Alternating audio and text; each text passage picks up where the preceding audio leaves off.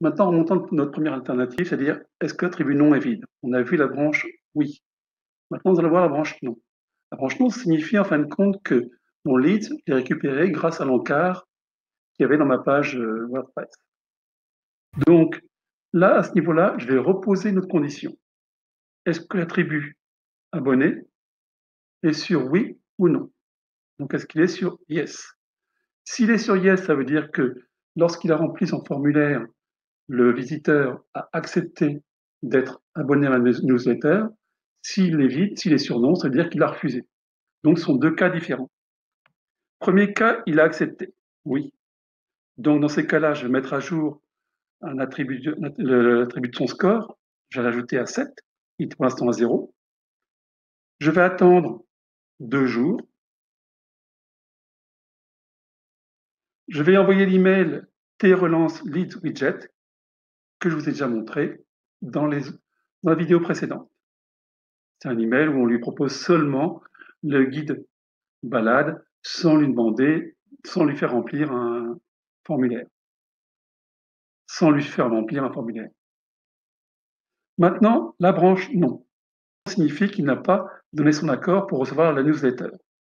Dans ces cas-là, je vais bien lui envoyer, comme d'habitude, le mail tguide.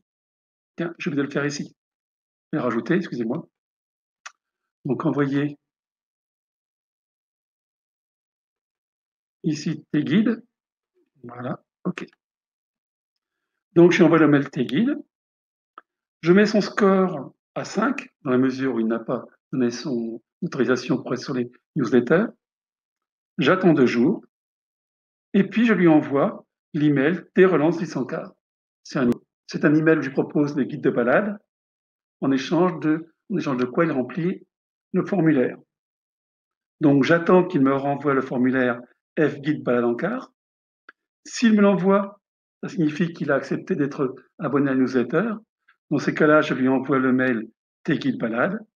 J'augmente son score de 2 points, qui fait qu'il passe ainsi à 7. Je lui mets l'attribut abonné sur yes.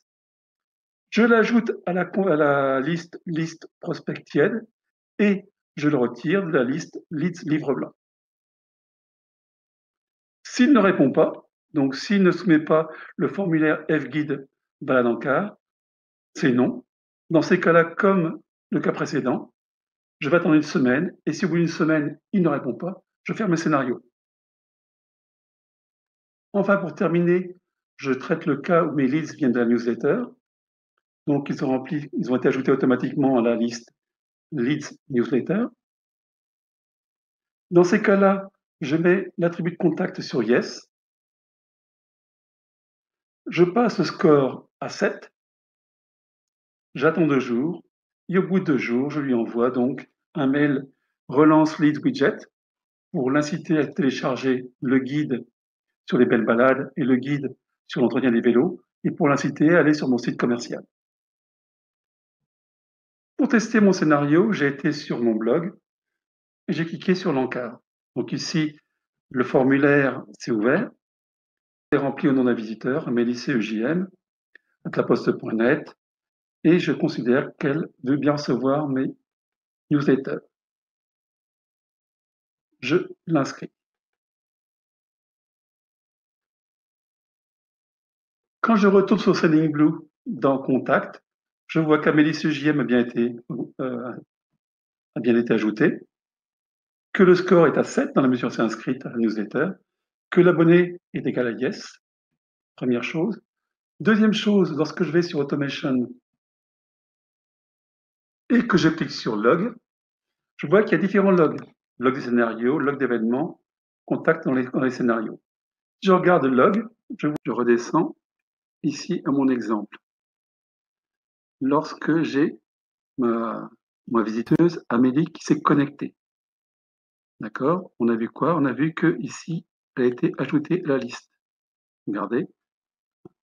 Ajouter à la liste lead guide. Après cela, si je suis le déroulement du scénario, on s'aperçoit que un test a été fait. Ici, la condition, est-ce que le nom est vide, n'est pas satisfaite, c'est-à-dire qu'il y avait le nom dedans. On passe à l'autre embranchement. Ici, là, On s'aperçoit que Amélie est abonnée, donc il n'y a pas de problème. Donc on va lui envoyer tes guides, et enfin, son score va être mis à jour à 7.